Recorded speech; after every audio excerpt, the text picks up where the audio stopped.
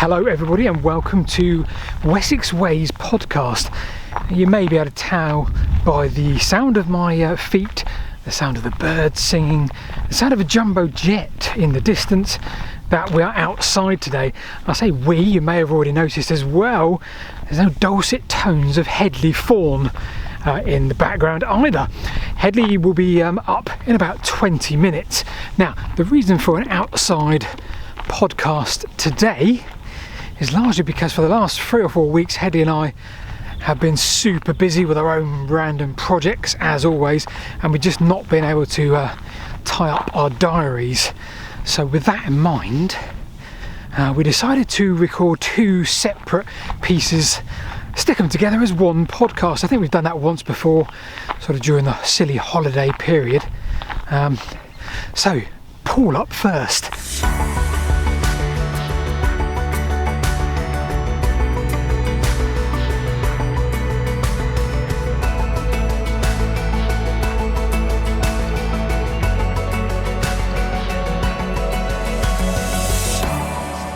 So where am I today? Well, I took inspiration from a podcast we did a couple of 3 months back when Headley went for a walk on the North Hampshire Downs.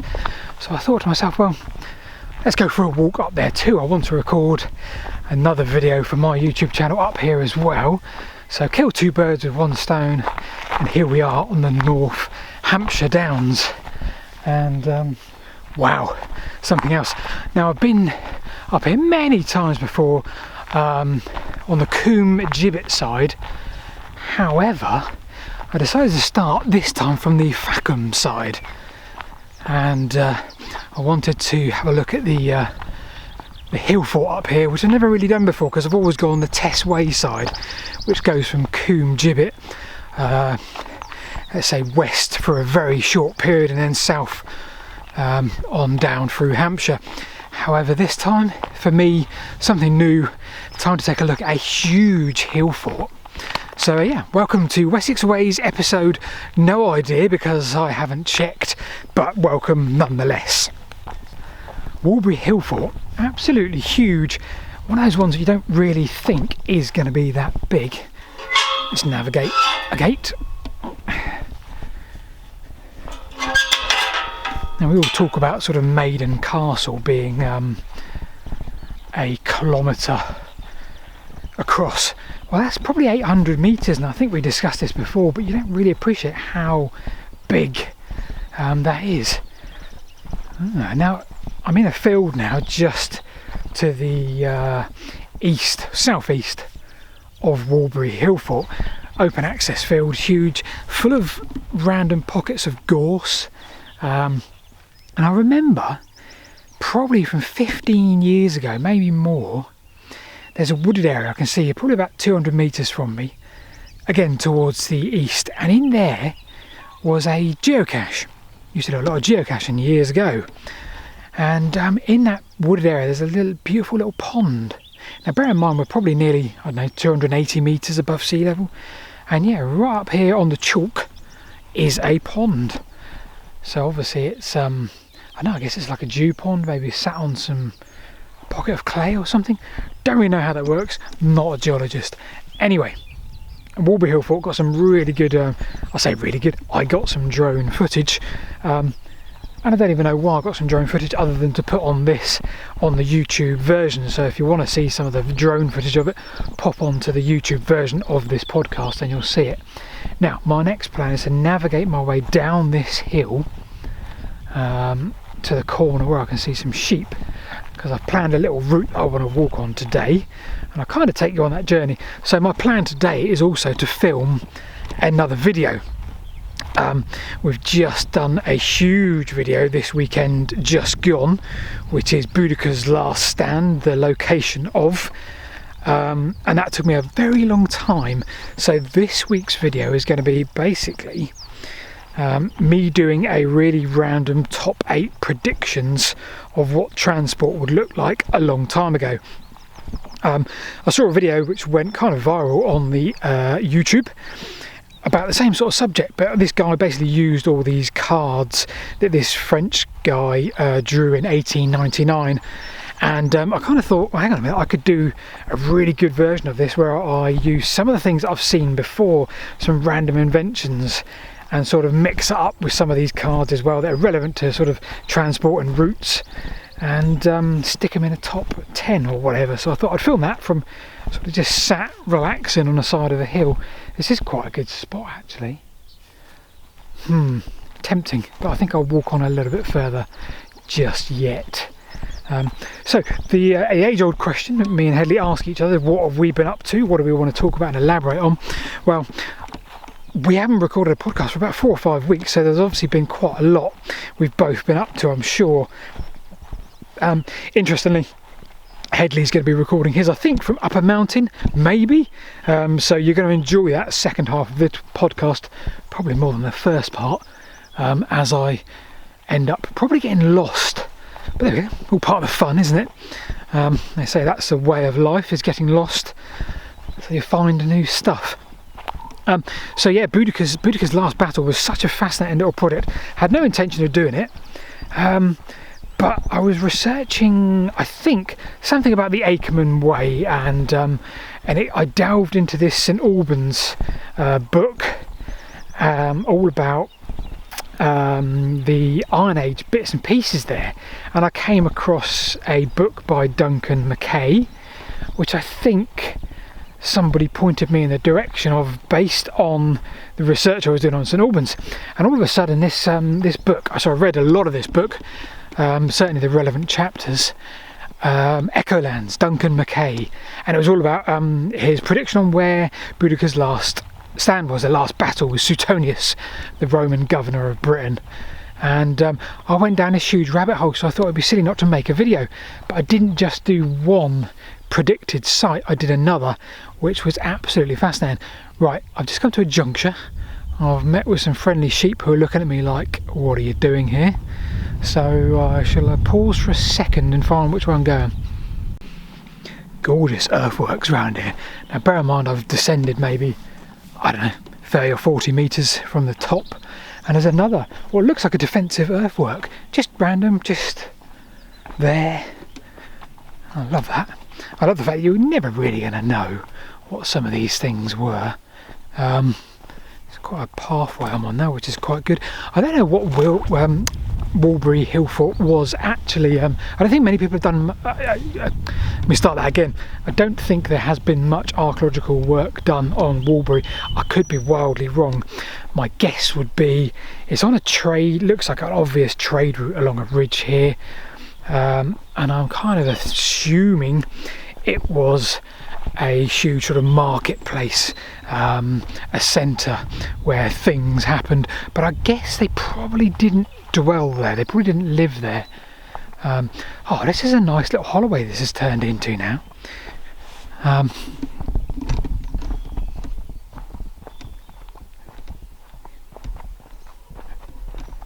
So anyway, back on to Suetonius and Boudica.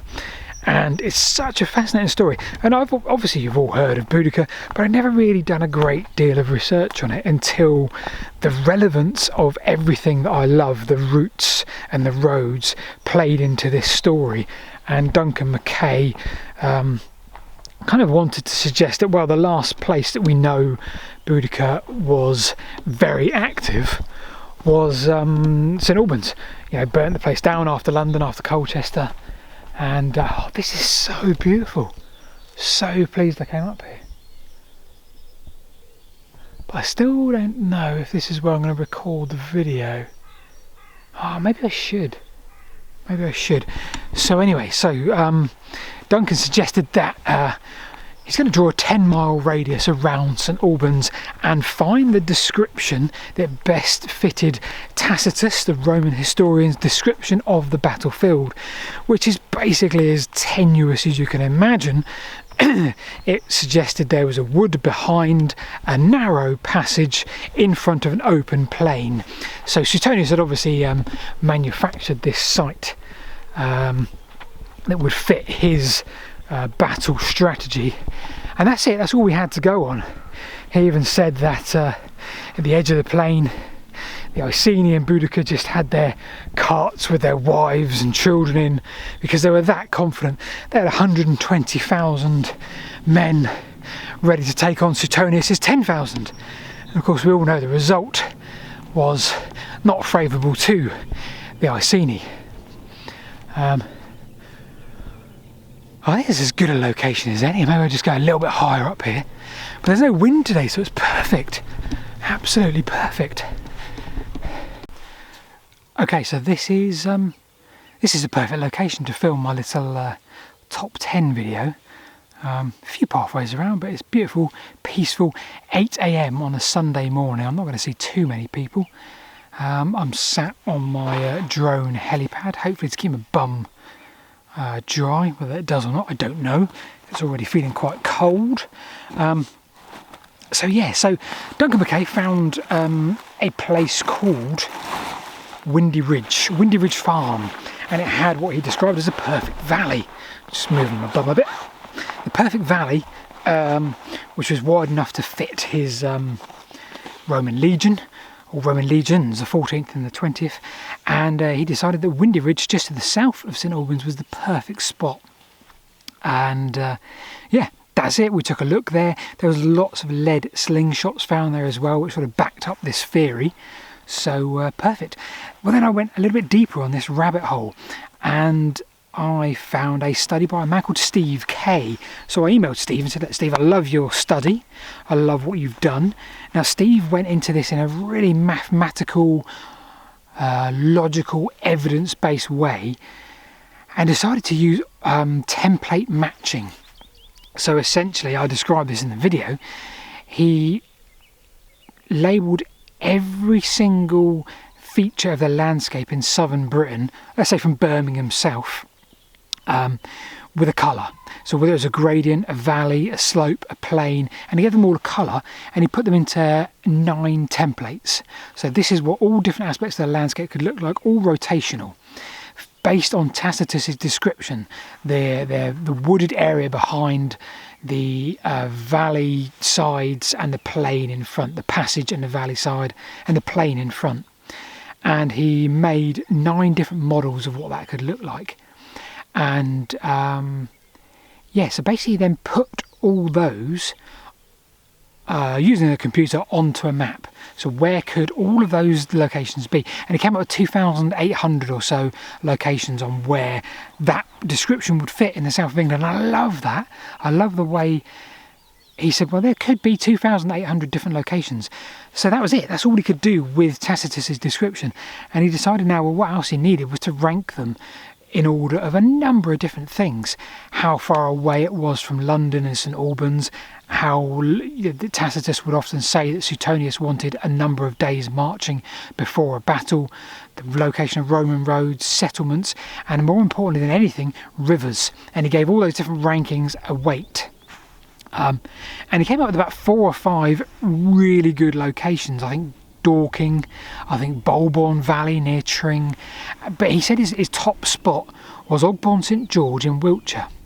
Now that's like 70 or 80 miles away from St Albans, so it's really difficult to sort of get your head around it. But when you look at the area and you look at how Tacitus describes the area, and you take in consideration the distance from London in terms of the number of marching days, it all really adds up. Now, I'm not here to say, yeah, I love that theory, that is the one. Clearly, I'd rather there be a lot of evidence, and maybe one day you could find that evidence by archaeological work.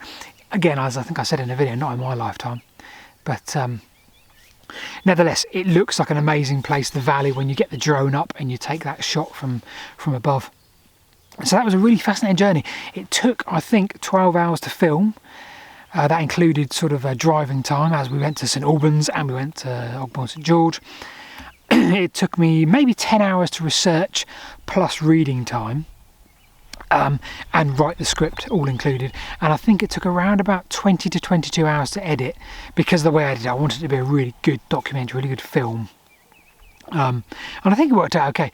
You never know how these videos are going to do when you make them, but I think if you just chuck your best work out there and you enjoy what you're doing, overall you'll get a good result, which is the key. Absolutely the key. I can't describe how beautiful this setting is. I'm so pleased I came up here today, people.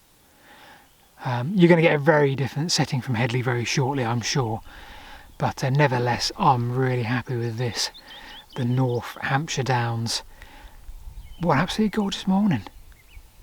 Right, I think I probably better sign off. Well, I didn't want this to be a huge long waffle, but I wanted to sort of just give some more thought behind the video I did and give you a nice little visual if you're watching the YouTube version of this podcast. I am going to hand over to Headley. Thanks for watching and we'll see you. We've got a special guest coming up. Headley's going to tell you more about that, I'm probably sure. But we've got a special guest coming up very shortly and a few more in the pipeline. So stay tuned, keep your ears out for this podcast. Me and Headley love doing it. So I'll see you next time. Over to Headley. Hi everyone. So welcome to a very different Wessex Ways. Paul and I, because of our diaries, we haven't been able to get together properly, as you may or may not know already. I don't know. But I'm here in the Carmarthen Fans, basically to do a little bit of photography and walking with my eldest son. We've left Wessex for the beauty of these mountains in the Carmarthen Fans to the west of the Brecon Beacons, and we're staying here at Wildman Woods at the base of the mountains themselves. So the mountains here, and this is the kind of the western Brecon Beacons, or Banno Brechinnog, that's it, I got it. They go up to about 800 and something metres, probably about 2,700 feet, so not quite as high as the central Brecons. But yeah, someone like me, it's a bit of a challenge, and I can't wait. The recent videos have been really good. You've probably seen I did one with WC21 UK Productions Limited, Darren, and that was good. So we did the Watlington White Mark, and also with Paul and Darren looking at a Roman road in Wiltshire. But this one's a bit different. This is just me struggling up hills, basically. So I'm next to this little stream here. There's my crib for the night. Yeah, nice little setup. A bit of beer ready. It's the tent. It's the Jack Wolfskin Gossamer 2. Yeah. And over here is my son's setup, the main sort of area. And that's his tent, which is apparently a Van Gogh Spectre 200. Older tent, but it's done well. And there's the table. And just down there is my son by the stream. So you've seen the sleeping quarters and the kitchen, the dining room. This is the lounge. Isn't that beautiful? And that teenager on the rock, on the wood there, is my alleged son. But yeah, not a bad place tonight to stay. Hopefully it won't get too cold. We're going to try a couple of trips up the mountain, see how it goes. So you've heard or seen a little bit about our living quarters. Let's see if I can still climb a mountain. Okay, so we are currently at the bottom of the main climb, going up to Llyn Fan Fach. Behind me, the mountain you can see is Piquistú, or Piquistí, I don't know which. It'd be nice to get the drone out up there. A little bit of a breeze down here, but I can see up there the clouds are really moving over the mountains quite quickly, so we'll see. It's not quite as bright as it was earlier either, but we'll get up there and see what it's like. The climb starts on a long track that climbs steeply up towards the base of the Fans themselves, where there is a glacial lake, Llyn Fan Fach.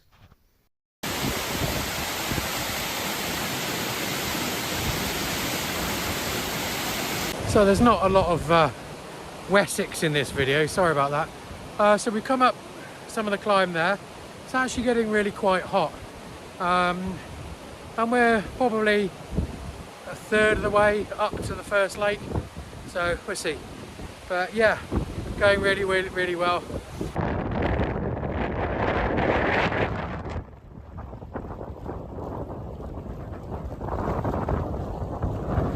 So we've got up to the rescue shelter, just did a little drone flight. It really didn't go very well, even with the big heavy drone I've got. It was too windy.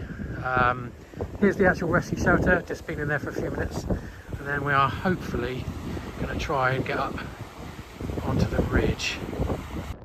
So the path continued steeply and joined the ridge at the top. The clouds were pouring over the ridge like waterfall. It was quite an amazing thing to see, and then disappearing before they hit the lake below.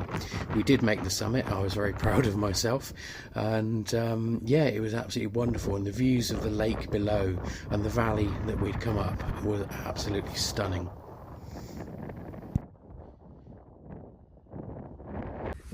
There's a man behind shouting for his horses on the hill. Lovely man, but couldn't understand a word of what he said. Oh, the horses are running actually. It's working. Yeah, they can hear him. Look. There they go. They know it's dinner time. How cool. We were descending back down to the lake and then back down the track alongside the stream, the way we'd come.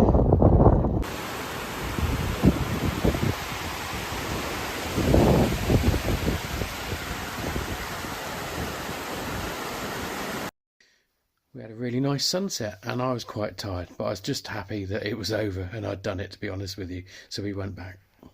Okay, back down in the valley. That's the climb done. Great day out, and not sure what we're doing tomorrow. Could do it again, maybe go up a different mountain, but we'll see.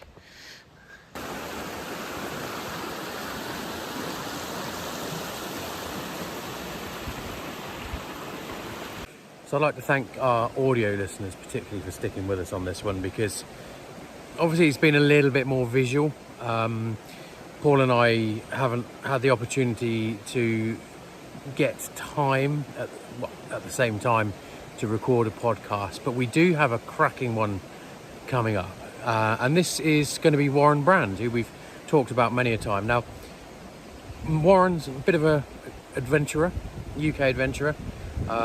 He does a lot of adventures around Wessex, but also here in the Welsh Mountains. So we're probably going to deviate a little bit from Wessex on the next one for a lot of time. But he does a lot of walking, camping. He's also the happiest man on the planet. If you see any of his videos, he's always smiling. Even in adverse conditions, he's always got this massive smile. And his videos really will cheer you up. His channel is Liz360, but we'll cross that bridge in the next podcast. I spent an hour talking to him the other night. We were going to record the podcast, but unfortunately Paul wasn't too well that evening, so instead we just basically chatted the hour away, and it was really good. I almost wish I'd recorded it, to be honest with you. I mean, he's a really engaging chap, and you guys are going to absolutely love him. Now, he inspired me to come here. The other things he does is, well, I'll tell you more when we interview him, but he's into his model railways, pubs and stuff like that as well. He's a fascinating chap, and wanted to get him on for a long time. Beyond Warren, we are looking at other guests. We've got 2 lined up for the same podcast. They'll be joint guests, and I can't say anything at the moment because it's not set in concrete, this. Paul might have worked his magic on a very big household name for the podcast. I'm not going to say any more than that. The person coming on is very relevant if they come on.